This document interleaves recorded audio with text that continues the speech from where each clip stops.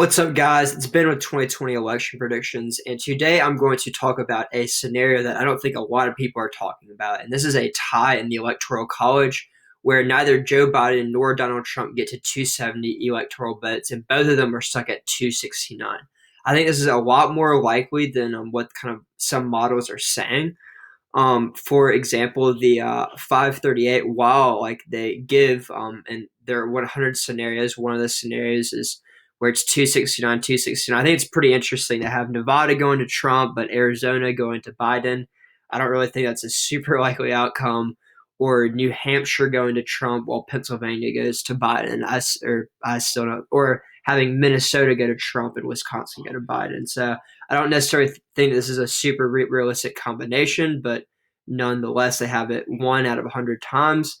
But if we look at their weird, not so weird possibilities, they have that no one wins the electoral college, which is what I'm talking about. A tie is less than a 1% chance. I would honestly right now. I know you're gonna think I'm crazy. I'm gonna put it a tie at a 3 to 5% chance. I think in 2016, a tie was actually pretty likely. If Trump were to not win any of kind of the blue wall states, but if he won Nevada and New Hampshire and kind of split the congressional districts in Nevada and Maine, then it would have been a tie. So this right now is, I think, the most likely scenario for a tie. Trump is trending upward in Florida. I think he can win North Carolina. We've seen a recent slew of polls that has Biden up in Arizona by a lot, almost double digits. And I think if we can consider like that, there's not going to be a lot of split ticket voting between the Senate and the president. I think that Biden very well could win in a state like Arizona, but still lose Pennsylvania. Pennsylvania, out of all the Rust Belt states, it's only about 4 points for Biden, while the other ones are like 7 to 8 points, including Minnesota right there. So, I mean, I think this is a very realistic outcome. And then also Trump would hold on to the second congressional district in Nebraska and the main second congressional district, like he did in 2016. So, I mean, I think this is a very plausible outcome. I think some people might be surprised that like Trump would lose Arizona but win Pennsylvania. But I mean, I think this is actually a pretty realistic outcome, considering that I think the Sun Belt is moving leftward and the Rust Belt is moving toward the right. I think that even like I think Florida or Pennsylvania would be kind of be the tipping point state here. Earlier, I kind of thought that the most likely tied scenario would be this, which I think is definitely still possible. But I think that Pennsylvania is going to be to the right of Wisconsin and Michigan, and we see this evident here. This model still has Pennsylvania to the right or to the left of Arizona. But if these two flip flop, then I mean Pennsylvania is right on that 269, and then Arizona's on the other side. So I think we might see this flip pretty soon.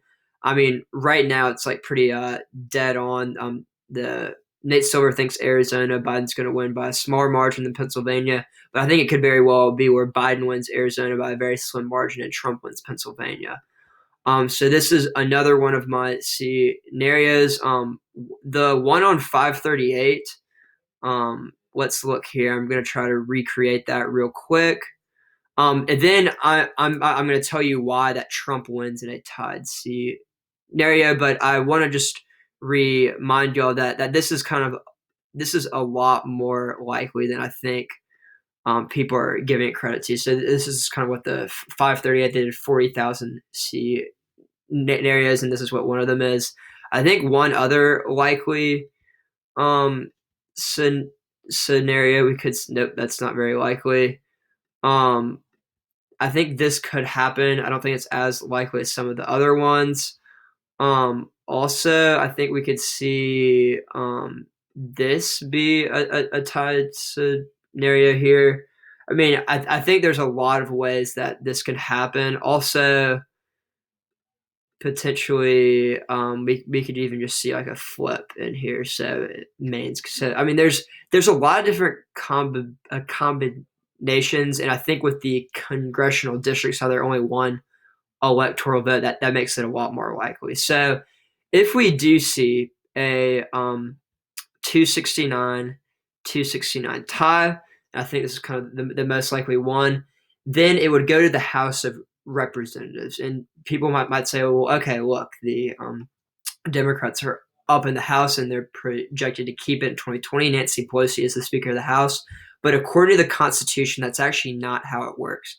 How it works is each state gets one vote, and the majority of the House of Representatives from each state would vote. So let me kind of show you a map. This isn't a Senate map, but this is the map of who has the majority in each of the things, and Florida is right here, even though you couldn't see it here. One thing is pretty interesting is Iowa. So three out of the four congressional seats here are actually blue.